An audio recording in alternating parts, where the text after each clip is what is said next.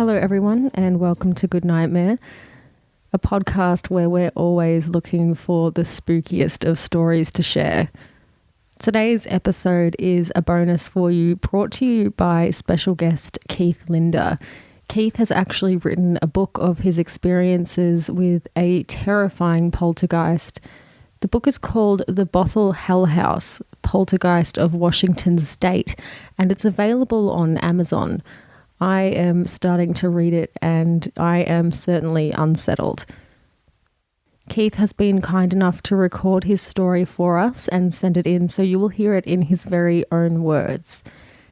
Just one small note is that this recording does include alarm sounds, so please don't worry about it being your alarms going off. It is part of the tale and a very important part. This is the last you're going to hear from me for this episode, so I just want to say thank you again so much to Keith, and thank you to everyone who has listened, given feedback and written in so far. I really appreciate it, and this podcast would be nothing without you guys. So until next time, sweet dreams, and enjoy the poltergeist of Washington State. Hello, this is Keith Linder. The story I'm about to share involves me and my girlfriend living in a house for 4 years in Bothell, Washington. This story in particular is one out of many coming from out of my The Bothell Hell House by Keith Linder. But in telling this story, I thought it best to just pick one story that probably is more haunting to me than the others. There are countless others. We had moved into our home in 2012, May of that year, and have been experiencing off and on activity to the point of it finally intensifying to a great degree spring of 2014, and by activity I mean large objects being thrown, missing items, wall writings, puddles of water, disembodied voices, and a few female apparition sightings. But this particular event took place one night after my girlfriend had went throughout the house smudging with sage, and we had that tremendous activity that day. So prior to going to bed, it was the decision that she would smudge the house. The next day, she went to work. It was early in the morning. We got up like we normally do, and she went to work, and I jumped in the shower.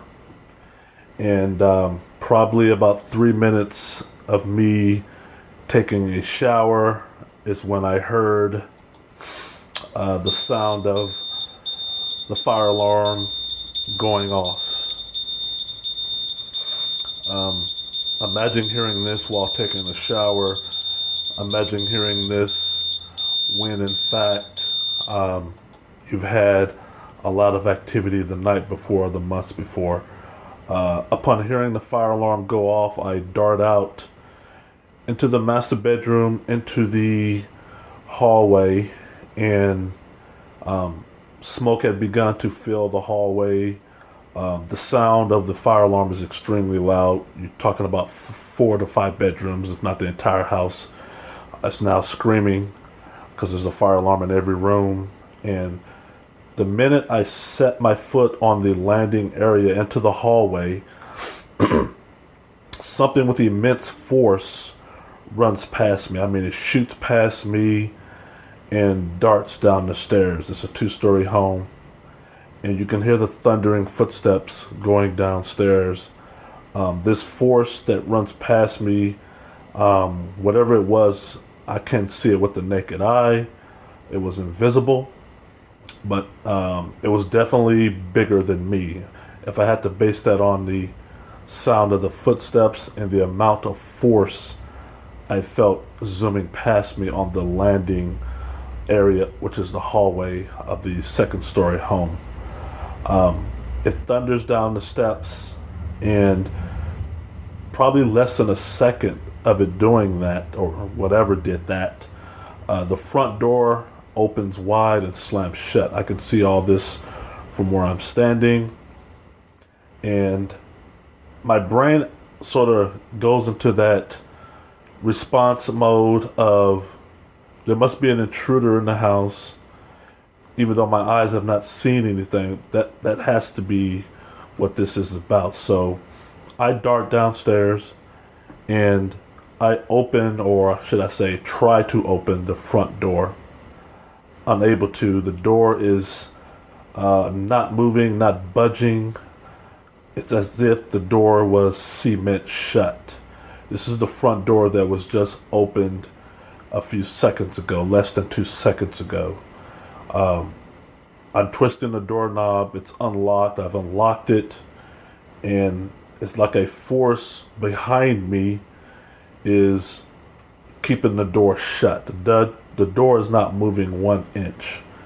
I then realized right then and there that the house was not being attacked, or in addition to the house being attacked, so was I. I rush upstairs because there's still a fire that I have to contend with. And when I get in the hallway, I can see the smoke is coming out of my office. This has been the most active room in the house as of late. And sure enough, I walk into my office and my poster, Final Fantasy poster, which is above my computer system, is on fire. I mean, there are flames dancing all around the fire. And I take my damp towel, because keep in mind I just got out the shower, and douse the flames with it and extinguish the fire, luckily, and step back into the hallway because the house is filled with tremendous smoke. There's a smell of burnt plastic and whatever fiber the poster was made out of, polyester or something.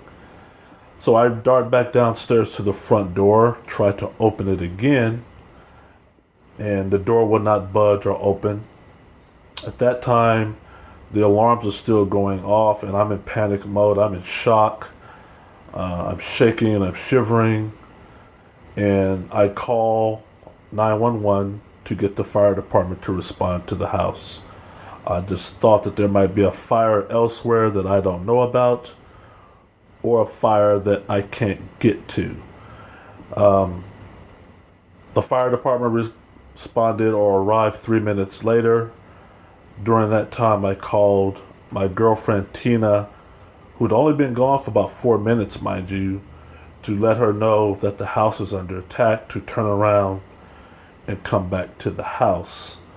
The interesting thing about the 911 call is every time I try to give the operator my address, enormous static would break out. The operator could not hear me when it came time to say my address, and I said it 3 times. It took a 4th time for me to say it, for her to get the location of the house I was reporting. When the fire department arrived, they proceeded upstairs. Of course, the fire had already been put out by me, but now they're trying to determine, and we're all trying to determine, what caused it. This is the poster that is in the center of a wall in the office. It's not like it was hung over a heat lamp or chimney or anything, but they could not determine root cause. They checked fuse boxes, outlets, but none of that is pointing to why a poster would catch fire. By fire, I mean the poster was demolished. Of course, me and my girlfriend, we knew what had happened. We had obviously been attacked, or me. We had tremendous activity in the house prior, and we'll be having tremendous more activity in the days ahead. The fire department probably stayed about 30 minutes and then they were left, but they were thankful that, number one, the fire was extinguished and that I was okay, and the damage was limited to just one wall in my office. Their report was inconclusive as to root cause of the fire. And that eerie sound of hearing a fire alarm go off while you're taking a shower, I mean, it's the ultimate, or one of the ultimate bad case scenarios that you can find yourself in, because when you're dealing with spirits or malevolent spirits, they seem to excel in attacking you when you least expect it. We learned then that smudging or saging, as they call it, can at times make the activity worse. This was definitely one of those events that supports the theory, because we've had sage sticks thrown at us. Some of the writings on our walls in the office was done by sage, ash that came from sage sticks that we had lying in the home. But I'll never forget that morning, especially the invisible force that ran past me in the hallway. I mean, I met it in the doorway, and I hate to even think that had I stepped onto the landing area 1 second or 2 seconds sooner, what would have come of me, because whatever it was extremely huge, and it looked like it just wanted to, or was ordered to, set the fire and whatever means it uses and get out. And of course, the fire, the thundering down the steps, the opening of the front door and the slamming of the front door, and my inability to open the front door a few seconds later was all done in a way to create fear, angst, and anxiety with me, and it worked. I've never been more terrified with this encounter, and that's in my book, and I hope to God no one ever lives or sees what I saw, and I hope to God I never get revisited by what that was or is.